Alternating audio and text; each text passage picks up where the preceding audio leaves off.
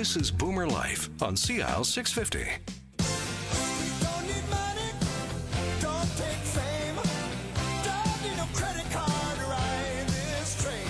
It's strong and it's sudden and it's cruel sometimes, but it might just save your life. That's the power of love.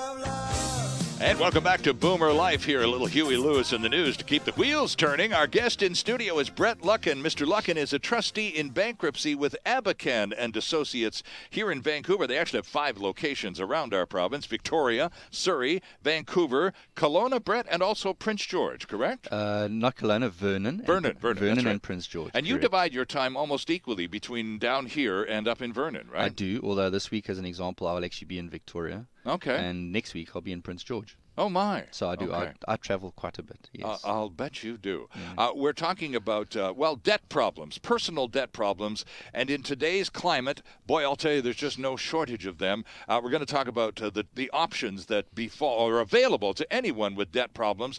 But we talked, Brett, very briefly about credit card and other unsecured debt as being the likely causes, or certainly contributing causes, to why so many people end up behind the financial 8-ball. The fact is, money's dirt cheap these days. It's pretty easy to get money, to get credit, isn't it, still? It is. As I said to you, I think actually before we came in here, when we were chatting earlier, I see a lot of people who come and see us and will list 4 or 5 different banks where they have a variety of credit cards or unsecured lines of credit. And really what they've done is they've run out of options at Bank A, and then just gone to Bank B and got another credit card, and then run out of their options there, maxed that out, and then moved to Bank C, and so on and so on, until eventually they've got to the point where now they can no longer make their minimum payments on any of those cards. And that's when they come and see someone like me. And probably in that mix, along with the bank cards, there'd probably be a gas company card or two. Yes. And I'm just thinking of the other typical sorts of expense and fairly readily available department store cards. Yes, there'll be a lot of retail cards. I mean, that's very common, of course. Yes, you see, I won't use the names, but you see certain retail stores very commonly in bankruptcies, right? And proposals very often. And it's simply a case of once you've got all of those credit wheels turning in front of you, that's all of a sudden quite a handful to manage, isn't it? Well, ultimately it gets to the point where you can't afford even your minimum payments anymore. And that's really where it catches people, is where they're robbing Peter to pay Paul, but not on a short-term basis, but on a significantly long-term basis. Right. And eventually it just gets to a point they can't do it anymore. Right. We'll pay the phone company this month, and we'll pay the hydro next month, and then we'll pay the gas the month after. I'll and pay then we'll Bank A, and then I'll pay Bank B, and the banks very quickly pick up there's a problem. Right. So once the dance fails and there's no more robbing, there's no more money to rob from Peter to pay Paul, then the individual is getting the phone calls, starting to receive the nasty letters, etc., and then suddenly, Brett, it appears like, well, I'm really up against it now. I have one option. And I guess I got to go bankrupt. I guess I got to call one of those trustees.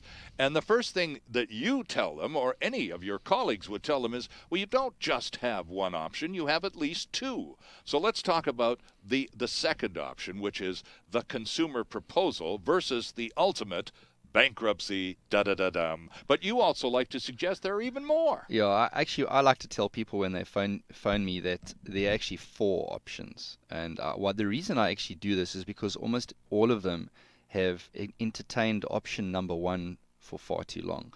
And option number 1 is don't do anything. Okay. Which is probably why you're making this phone call. Which is why you're making the phone call. Right, so what I'd like to do is I'd like to paint that, because that at least puts them in a place where they understand that they have actually been doing that. Right, they're a participant already. They're a participant already of that situation. Sure. So doing nothing has the inevitable result of increasing your debt, increasing the interest, getting to a point you can't make your payments at all. And if anything, increasing the hostility amongst those you owe money to. Yes, and then there's the moving to the collection agencies, and then of course the worst case scenario at the end of that process is judgments, garnishment of wages, bank accounts, potentially seizure of assets, depending on certain certain factors. So I say, okay, well, that's option number one. And then it's almost so often you hear people go, yeah, I've done that, and Right. that didn't work for me. Right. Option number two is really negotiating directly with your creditors. It is sometimes possible for some people, and it's bizarre that even occasionally they don't even realize it, for them to be able to negotiate directly with their creditors and try to solve the situation without doing anything formally through someone such as myself. But if a creditor, you have to be at that point, you have to at least be willing to take that risk or shot at a creditor while you still have a relationship with that creditor before the creditor hands your file to a collection agency. Once it goes to a collection agency, we find that even if somebody makes what would be a realistic offer to repay the debt, very often the collection agencies just out of hand refuse to take that offer. Okay. And sometimes we even find they won't even discuss it. They want 100 cents on the dollar plus interest and penalties, and that's just it. They're not interested in any discussion. If it's reached that point, well, then that's the point it's at. But sometimes it hasn't got to that point. Sure, and so you can take a shot at picking up the phone and negotiating directly. Does it work out well usually? Sometimes it can. It can, in fact. When you think about it, again, it's all about time. You're not going to solve it in a day, a week, or a month. Right. But if you say to yourself, I've got 3 or 4 debts, and if I just service and keep 2 or 3 of them at bay, for the next 6 months, I do a careful house budget, and I put as much as I can, I'll be able to write off debt number 1. Okay. And the moment I do that, I can now allocate to debt number 2. And then over a period of a year or two, and it's an investment in time and energy in yourself, sure, and money, obviously, that you can write your debts off over a period of time. Mm-hmm. And then you could, in certain situations, and I have recommended to people, think of doing that. You can actually pay your debts off without filing anything formally, without compromising under the Bankruptcy and Insolvency Act. Unfortunately, the reality is that many people who come and see me are way beyond that point. They're way beyond way that past point. the point of no return. So then you're faced with the 2 options that I thought you only had in the first place, which is A, the consumer proposal, right, and B, the bankruptcy. I would assume that we put A, the consumer proposal, first because it represents it's the less harsh of the 2 options. Without a doubt, this is the first thing I will look at. I will look at, can this individual file a consumer proposal? It's the first thing I will do. What is a consumer proposal? Effectively, what a consumer proposal is, you're not going bankrupt. That's number 1. It's not a bankruptcy. What you are doing is you are compromising with your creditors. You are saying to your creditors, I am going to repay my debt, but I cannot do it the way you want me to do it. Ordinarily, that would be 100 cents on the dollar plus interest and penalties. Right. Okay. I'm going to pay it off at a significant discount in many cases. It is often possible to repay your debt at as low as 20, 25 to 30 cents on the dollar, which is a significant discount. And probably something you, the lone individual, couldn't talk your bank down to. There is no way you'll get your bank in that direct attempt at negotiating that we talked about moments ago. There is no way you will. You're not going to get that kind of rate cut, are you? You know, and there are some circumstances you can potentially get your bank to discount to maybe 80%, 75%. But not down to 20 or 30. There's never you're going to get it down to 25, 30, 20% in many cases. Okay. Even. It's also interest-free the day you file. So what happens is the day you file a consumer proposal, none of your creditors are allowed to charge interest after that day. So there's this nut. It's set in stone. This is how much you owe as of the day you file. You get to make that discounted payment against that debt over a 5-year maximum period. So many people go for the 60-month, 60 payments. Okay. That doesn't have to be done that way. Some people have erratic income, or they're on shift work, contract work, which results in erratic seasonal income, stuff, that kind of thing. Work, sure, that sort of thing. You can structure your proposal that way. And very key for many of these people who have often waited too long before they come and see me, there is something called a stay of proceedings, which means that any legal against you that's already started or already in play, such as a garnishment, will automatically be frozen. Okay. So no one can, as an example, none of your unsecured creditors can garnish your wages or your bank account. Or what about those rude, ugly telephone calls? They will stop calling because collection agencies, just by their very nature, exist to collect. Right. And the way that a consumer proposal works is the trustee is now the collector of those funds and then distributes them to the creditors. So the collection agency no longer has any function to play. So what happens if you're getting, suppose now you're in the process of filing a consumer proposal with you or one of your colleagues at Abakan, and so the paperwork is kind of in the works, and you're still getting these phone calls. So some rude person calls you up. Can you now say, I filed a consumer proposal. So call my trustee. Call my trustee, and you will find they won't call you again.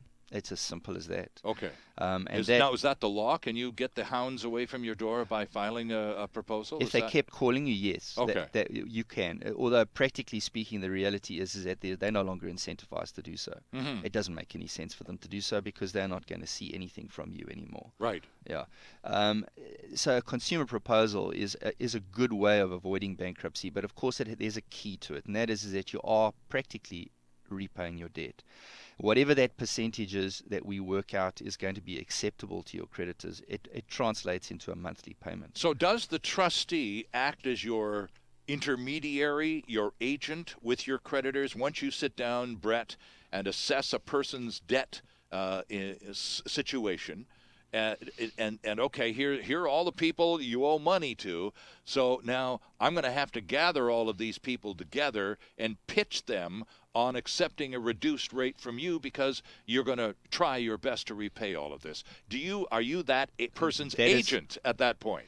The role of the trustee is somewhat more complicated than that, although from the point of view of the debtor, yes, we do represent them in terms of making the proposal to those creditors. Sure, okay. But the role of the trustee is somewhat more complicated in that the trustee needs to get disclosure of a whole bunch of facts and personal information from you, such as what are your assets, what is your income, what's your personal financial situation, how many dependents do you have, a whole variety of factors. And it's the trustee's job to also represent at the creditor perspective and say, this is a proposal which is fair for you to be able to repay. Right. So we are telling the creditors on the one hand that this debtor is making a proposal, but we are also telling the debtor that your creditors need to feel like they're getting what could be called a reasonable return. Okay. And the job of the trustee is to marry those two things together and make sure that the creditors get a reasonable return, but the debtor also gets an opportunity to discount and repay his debt at some kind of compromised level. Okay, so a consumer proposal is a promise to repay existing debt at a perhaps reduced rate. Correct. And that's where the challenge comes in, because that's the first question I'll ask myself and ask the debtor is, can you afford? So I would work out what that would work out to. Right. $200 a month, $250, Sure, $100, $600, whatever it is, and then look at their income and expense and say, well, can you make this payment? And if they can't, then the unfortunate reality then in that situation is going to be bankruptcy. Is they're going to go bankrupt. We'll talk about bankruptcy after the break, but very quickly before we take the break, what happens if you go through the process of filing the proposal with a trustee like yourself, Brett? The creditors accept the terms that you propose on behalf of the debtor, and the wheels begin to turn. The debtor is now involved in this repayment program that could be up to 5 years. And somewhere along the line, the debtor's ability to maintain the payments goes away. And now what happens to the proposal that's kind of in the works and can't work anymore? You've actually identified a key issue there. One issue is don't get into a consumer proposal where you're setting yourself up for failure because you're biting off more than you can chew. Okay. Right, that's number one. But that's also part of a trustee's wisdom to say, we really shouldn't do this. You're not going to be able to afford this. Okay, right. So that's one thing. But of course, there are factors that will affect you. You may lose your job. You may see a decline in income. There'll be all the other things we discussed, which is things like a medical emergency. Sure. Those are the kind of things which suddenly may make your proposal untenable for you. You are able to file what's known as an amended proposal. So a situation occurs, it compromises your ability to earn income. Yeah. It results in you being unable to pay what you were originally going to be able to pay. You can go back to your trustee and say, okay, here's my new financial situation as a result of some set of events. Can we renegotiate the proposal? Can we renegotiate that? And your trustee will look at it and go through the same process the trustee did originally. Ability to pay and all of that. And potentially there'll be a situation where you could amend your proposal and as a result pay less every month, which would still be acceptable to your creditors. Interesting. interesting stuff. Our guest is Brett Luckin from Abakhan and Associates, trustees in bankruptcy and proposal administrators, online at abakhan.com, and that's spelled ABAKHAN.com. Back with lots more here on Boomer Life after this. Canada's only weekly radio show dedicated to the baby boomer lifestyle. This is Boomer Life on CIL 650.